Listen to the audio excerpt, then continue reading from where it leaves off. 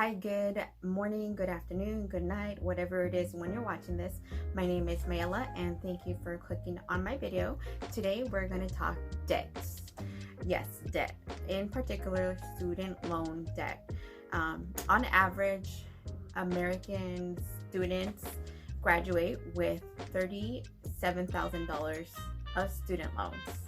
Let that hit. Yes, that's a big number, but I know that many other people graduate with even bigger numbers than that, maybe double or triple, quadruple that amount. So it can be very daunting, and when you are in the process of paying them, it may seem like you're never ever going to be finished and like it's the end of the world. I've been there, so that's why I can say that. But today I'm here to give you hope and to talk to you about how I paid off $2,000 of my student loans in 1 year. Before continuing, I just want to give you a little bit background of myself. So I am a registered nurse, and I did complete my Associates of Science in Nursing in community college, and at that point I got about $8,000 of student loans. Looking back, I know that I probably did not need that because I can't even tell you what I spent that money on. I'm sure it wasn't on books or tuition or anything else, because community college for the most part is more affordable than your university level classes or tuition. After maybe I would say 2 to 3 years after completing my associate's degree, I did go back to school to get my bachelor's of science in nursing, and I did go to a private school. So private schools are usually more expensive. I did that because I was impatient. At the time, I had just missed the deadlines for my state college or state university's nursing program. So I decided that I would go to private school, which was going to start maybe a few weeks later, and pay the premium tuition. But just to let you know, I am holding a piece of paper, and this is all the payments. This is a print out of all the payments and my student loans that I did have. So let me just check. So like I said, on average, students graduate with $37,000 of student loans, and my number was $34,888 with 87 cents. And just from looking at my handy dandy sheet here, I did start making payments in 2010 and finally finished. My last payment was in March 13th, 2017. So from 2010 until 2016, I was definitely making just the minimum payment, and that wasn't really doing much to the principal loan amount. So if you don't know, there's the principal loan amount, which is the main chunk of the debt, and there's also an interest rate. So the interest rate is usually we'll say like 4 to 6% on these kind of student loans that I had, and every year it was just multiplying and multiplying, and with minimum payments it was barely chipping away at that principal amount that I had. So back to 2016, the beginning of 2016, I did get a tax form from my student loan provider, and on that form it usually shows you how much you've paid for your principal and how much you've paid for your interest. So looking at this form, I did see that the amount I paid on my principal was less than the amount I paid on interest in the whole year of 2015. So this is where I got angry. I got angry because I'm here working hard. I'm making payments every month, but it's minimum payments. So this is where I decided that I was not going to give my student loan provider any more free money, which was in the form of interest.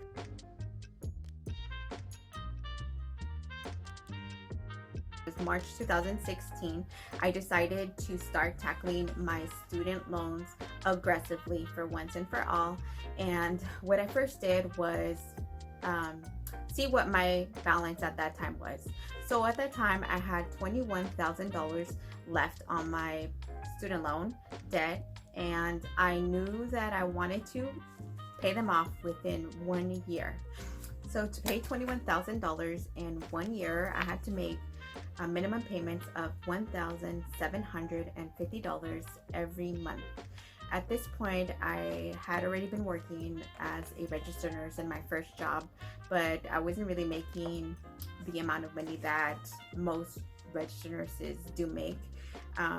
But regardless, I knew that I had to make that minimum payment every month so that I can complete my goal of 0 student loan debt in 1 year.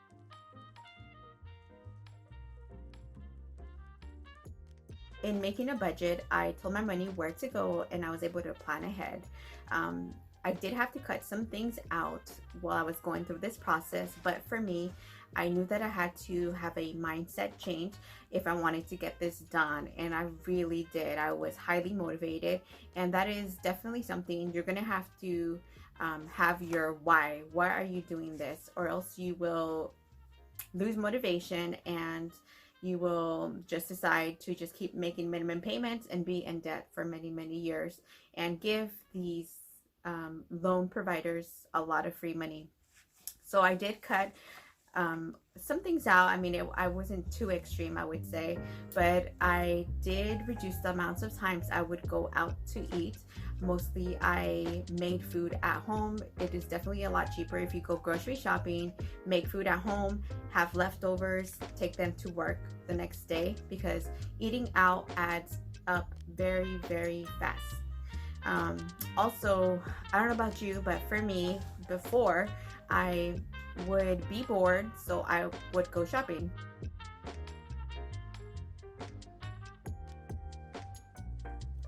Along with changed behaviors, I became educated. So it's definitely a learning process, and I'm still learning every day. So what I mean by this is listen to different podcasts, watch different YouTube videos. There's tons and tons of information here on YouTube. On Pinterest, you can find different blogs about budgeting. The main one that I started watching when I first started this process was Dave Ramsey, and if you want a financial kick in the ass, like I always say, definitely watch him.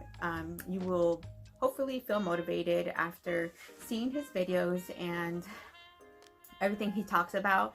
It is so true. It's about you having a better life and not living in debt. So getting motivated, listening to podcasts. One of the podcasts that I started listening to was That's So Money with Farnoosh Torabi.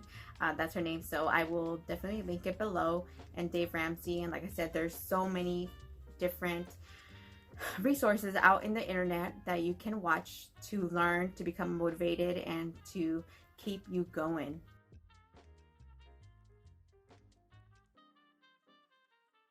I also let people know, people around me, friends, family, anyone around me, know what I was doing, what my goal was, for two different things. One was so that they would understand when I would not be able to make it out to dinner. Say maybe everyone's going out to dinner for some reason or no reason at all. The other reason it is I chose to tell different people around me was so that they can hold me accountable. The more people that knew about it, the more they would ask for updates from me and see how I was going. And also in the process, I was hoping to motivate other people, because I know that when you are in the situation of paying loans or in debt, you can feel very alone, and maybe you think no one else is going through the situation. But let me tell you, there are more people than you know, even in your circle, going through this situation with different things. Maybe it's not just student loans, maybe it's credit card debt, maybe it's medical bills, all kinds of things. Just to recap a little bit, first I found my why. Why did I want to do this? Next, I made a plan that was time sensitive, something that was visual for myself. Like I said, I made a visual chart that I would write the payments every month, or however frequently I would do the payments. I would write it in, what the payment was, what my new balance was after that, and just seeing the number of my debt go lower and lower and lower and lower was so motivating to myself. And I would recommend that you do this if you are also a visual person. Also, I created a budget, told my money where to go, and I planned ahead, and also got educated. Listening to different people's experiences will definitely teach you different ways, and also teach you that it can be done. Like I said, you can feel hopeless, but listening to others' experiences and seeing how they did it.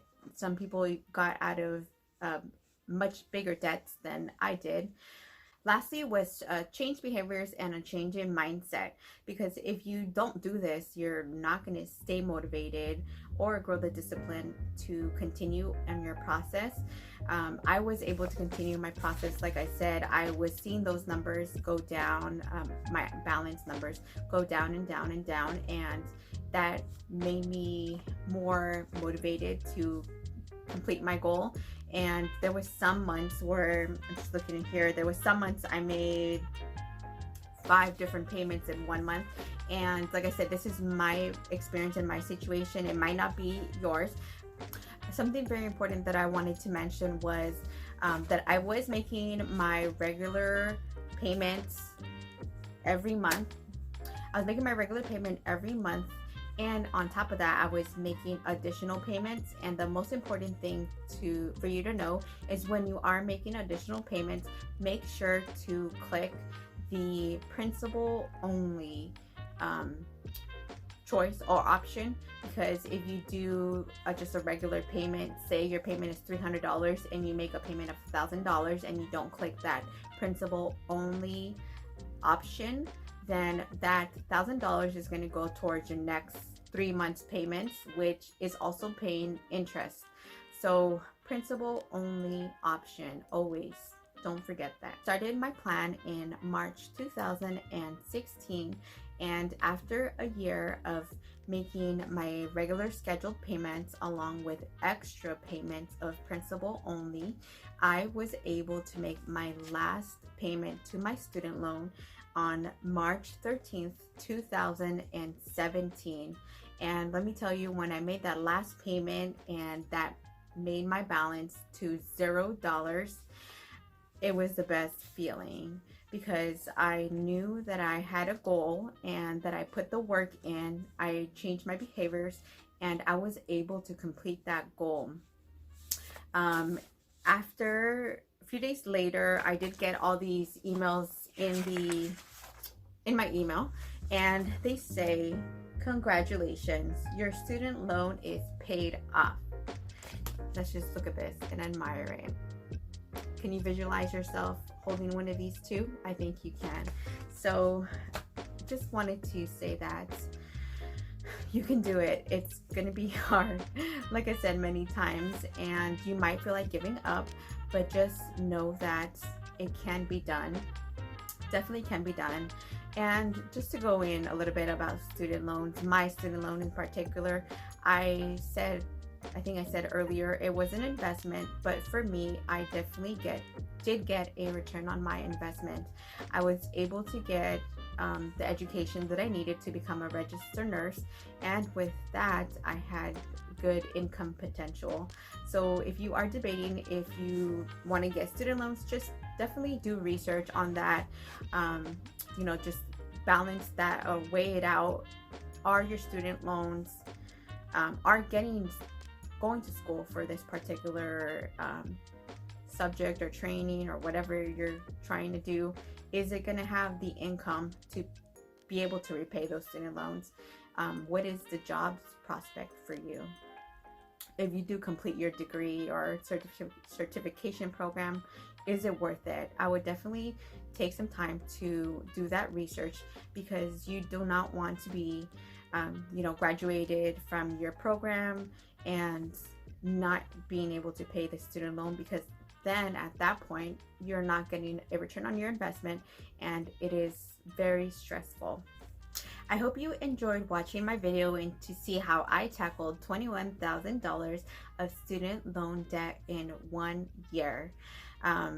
I hope you become motivated to do the same, because now that I don't have these student loans, I'm able to have more freedom with my money that I work so hard for. I'm able to now save and invest and plan for retirement. That would be something that I would never be able to do while I had student loan debt.